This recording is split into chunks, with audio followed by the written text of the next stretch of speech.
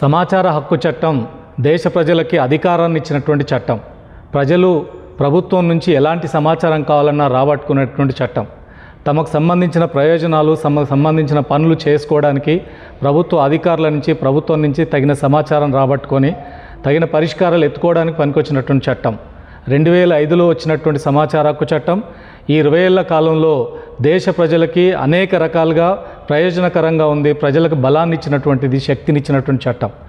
ఈ చట్టాన్ని ప్రభుత్వం అనేక సందర్భాల్లో దాన్ని తొక్కేయడానికి, దాన్ని దెబ్బతీయడానికి నానా ప్రయత్నాలు చేశాయి.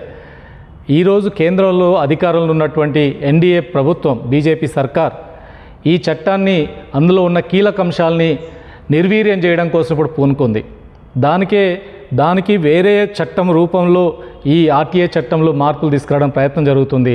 అదే ఈరోజు డిపిడిపి చట్టం 2023 అని, digital personal data protection act. ఈ పర్సనల్ డేటాని ప్రొటెక్షన్ చేసే యాక్ట్ పేరుతో 2023లో చట్టం వచ్చింది. బలవంతంగా, ఫోర్స్ఫుల్గా ప్రతిపక్ష పార్లమెంట్ సభ్యుల్ని పార్లమెంట్ నుంచి బయటికి పంపి చట్టాన్ని ఆమోదించుకున్నారు. ఆ చట్టం ఆమోదం పొందిన తర్వాత ఇప్పుడు దానికి సంబంధించిన రూల్స్ తయారు చేస్తున్నారు. ఈ డిపిడిపి చట్టం అంటే పర్సనల్ డేటా ప్రొటెక్షన్ చట్టం అనేది రేపు అమల్లోకి వస్తే, ఈ రూల్స్ అన్న అమల్లోకి వస్తే దీంట్లో భాగంగా వ్యక్తిగత డేటాని భద్రపరచడానికి, వ్యక్తిగత సమాచారాన్ని కాపాడడం కోసం ఈ చట్టంలో పెంపొందించిన కొన్ని అంశాలు, దాంట్లో భాగంగా సమాచార హక్కు చట్టాన్ని కూడా నిర్వీర్యం చేసే పద్ధతులు, దాన్ని మార్చడానికి సంబంధించినటువంటి అంశాలు దీంట్లో పెట్టారు. దాని ద్వారా ఇప్పుడు సమాచార హక్కు చట్టాన్ని మార్చబోతున్నారు. దీంట్లో ప్రధానమైనది వ్యక్తిగత సమాచారాన్ని మేము కాపాడుతాం, వ్యక్తిగత సమాచారం మేము ఇవ్వకూడదు అనే పద్ధతిలో ఇప్పుడు డిపిడిపి యాక్ట్లో పెట్టారు. అంటే వ్యక్తిగత సమాచారం ఇవ్వకూడదు, వాస్తవమే వ్యక్తిగత సమాచారాన్ని కాపాడాలి. కానీ వ్యక్తిగత సమాచారం కూడా సమాచార హక్కు చట్టంలో కూడా ఈ అంశం మెన్షన్ చేశారు.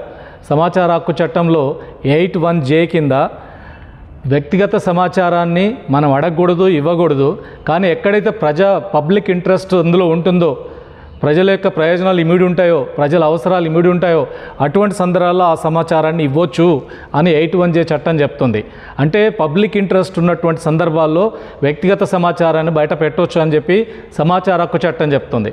కానీ ఇప్పుడు ఈ డిపిడిపి యాక్ట్, ఈ పర్సనల్ డేటా ప్రొటెక్షన్ యాక్ట్లో మాత్రం ఎటువంటి పరిస్థితుల్లో వ్యక్తిగత సమాచారం ఇవ్వకూడదని చెప్పింది.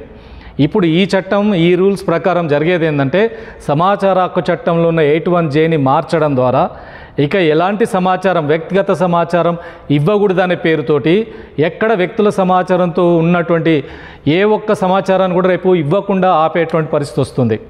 అంటే ఈరోజు నాకు రేషన్ కార్డు వస్తుందా రాదా, నా లబ్ధిదారుల లిస్ట్ ఇవ్వమని అడిగినాం అనుకోండి, ఆ లబ్ధిదారు లిస్టులో ఎవరైనా ఫ్రాడ్ ఉన్నా, లేదంటే ఎవరైనా నిజంగా నాకు అందిందా లేదా అడిగితే అది వ్యక్తిగత సమాచారం కాబట్టి ఇవ్వకూడదు అంటారు.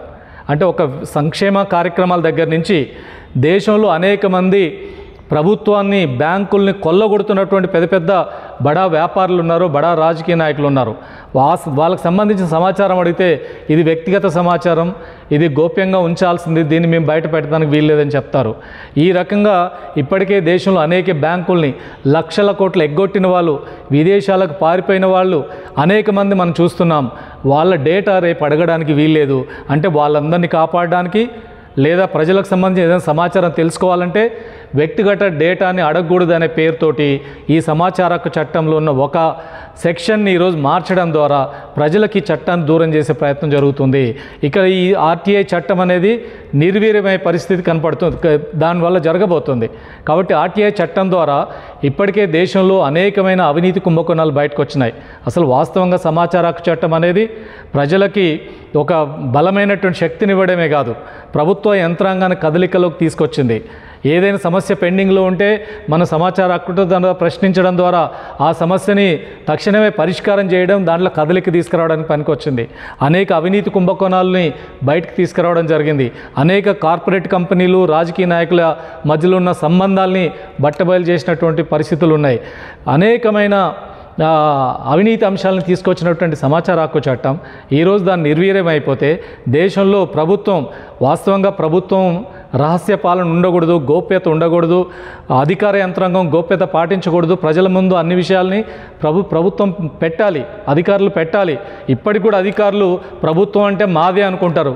ప్రభుత్వం అంటే మాకే అధికారం ఉండాలనుకుంటారు, ప్రజలకు ఏ సమాచారం తెలియకూడదు అనుకుంటారు. వాస్తవంగా ప్రజాస్వామ్య ప్రభుత్వంలో ప్రజలే అధికారం రావాలి, ప్రజలకే అధికారం ఉండాలి. ప్రజలు ఏ ఒక్క డాక్యుమెంట్ని పరిశీలించాలనుకున్నా, ప్రభుత్వ వ్యవహారాలను తెలుసుకోవాలనుకున్నా కింది నుంచి పైదాకా ప్రతి అంశం ప్రజల ముందు ఉండాల్సిన అవసరం ఉంది. దాన్ని రహస్యంగా ఎందుకు పెట్టుకోవాలి? రహస్యంగా పెట్టుకోవడం ద్వారా అడ్డగోలుగా వ్యవహరించడానికి, ఇష్టారోచంగా దోచుకోవడానికి, అవినీతి పాల్పడడానికి వ్యవహరించే పరిస్థితి ఉంటుంది. అందుకని ఈరోజు సమాచార హక్కు చట్టాన్ని కాపాడుకోవాల్సిన అవసరం ఉంది. సమాచార హక్కు చట్టాన్ని నిర్వీర్యం చేసే కేంద్ర ప్రభుత్వ చర్యలను అడ్డుకోవాల్సిన అవసరం ఉంది. ఇదే ఎన్డీఏ సర్కార్ గత 2 ఏళ్ల క్రితం సమాచార హక్కు చట్టంలో కొన్ని మార్పులు తీసుకొచ్చింది. అంటే ఈ ఇన్ఫర్మేషన్ కమిషనర్లు, సెంట్రల్ ఇన్ఫర్మేషన్ కమిషనర్ల యొక్క అధికారాలని తగ్గించింది కేంద్ర ప్రభుత్వం. వాళ్ళకు ఉండాల్సిన జీతభత్యాల దగ్గర నుంచి, వాళ్ళకున్న హోదా దగ్గర నుంచి అనేక విషయాల్లో వాళ్ళకు ఒక జడ్జిలతో సమానమైనటువంటి హోదా ఉండేది, వాటిని తగ్గించారు. ప్రతిదీ ప్రభుత్వం మీద ఆధారపడే పరిస్థితి తీసుకొచ్చారు. అంటే అర్థమైందంటే సమాచార హక్కు చట్ట కమిషనర్లు ప్రభుత్వం చెప్పినట్టుగా వినాలి, మీరు ఇండిపెండెంట్గా వ్యవహరిస్తే కుదరదు, మీకు సంబంధించిన ప్రతిదీ మా కంట్రోల్లో ఉందని చెప్పి వాళ్ళకు ఆ రకంగా పవర్స్ తగ్గించారు. అప్పుడే సమాచార హక్కు చట్టంలో బలం తగ్గింది. ఇప్పుడు ఈ చట్టంలో 81J అనే సెక్షన్ని మార్పు చేయడం ద్వారా మరింతగా నిర్వీర్యమయ్యే పరిస్థితి. రేపు మన దేశవ్యాప్తంగా ఎక్కడ ఏ సమాచారాన్ని సేకరించాలన్న అనేక రకాల ఆటంకాలు, చట్టం యొక్క స్ఫూర్తి దెబ్బతినే పరిస్థితి వస్తుంది. అందుకని దేశ ప్రజలకు అధికారాన్ని ఇచ్చే సమాచార హక్కు చట్టాన్ని కాపాడుకోవాల్సినటువంటి అవసరం ఉంది. కేంద్ర ప్రభుత్వం తీసుకొచ్చినటువంటి ఆర్టీఐ చట్టంలో అమెండ్మెంట్స్కి వ్యతిరేకంగా మనం గొంతెత్తాల్సిన అవసరం ఉంది. ఈ చట్టాన్ని కాపాడుకోవడం కోసం అందరూ ఐక్యంగా ముందుకు రావాల్సినటువంటి అవసరం ఉంది.